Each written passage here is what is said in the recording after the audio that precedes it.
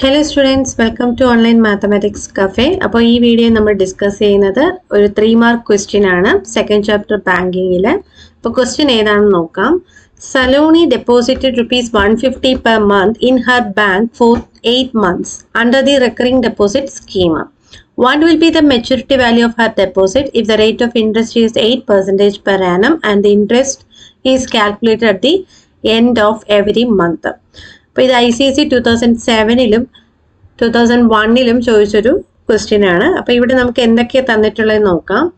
അപ്പോൾ ഇവിടെ monthly deposit 150 ആണ് തന്നിട്ടുണ്ട്. സോ പി എന്ന് പറയുന്നത് എന്താണ്?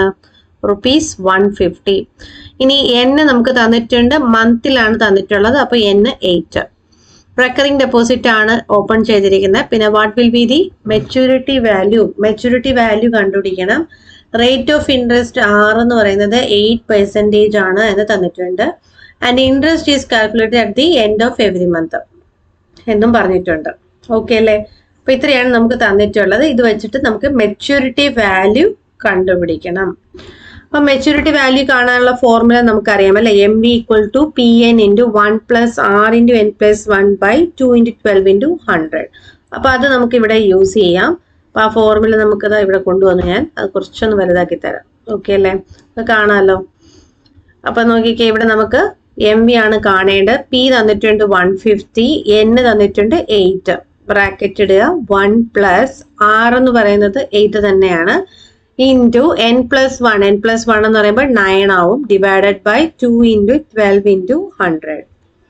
നമ്മൾ ചെയ്യുന്ന പോലെ എന്താണ്, ഈ സ്ക്വയർ ബ്രാക്കറ്റിന്റെ അകത്ത് ക്യാൻസലേഷൻ എന്തെങ്കിലും ഉണ്ടോ എന്ന് നോക്കാം. അപ്പൊ നമുക്ക് 2ഉം 8ഉം കട്ട് ചെയ്ത് 4 ആക്കാം, 4ഉം 12ഉം കട്ട് ചെയ്ത് 3 ആക്കാം, 3ഉം 9നെയും കട്ട് ചെയ്ത് 3 ആക്കാം.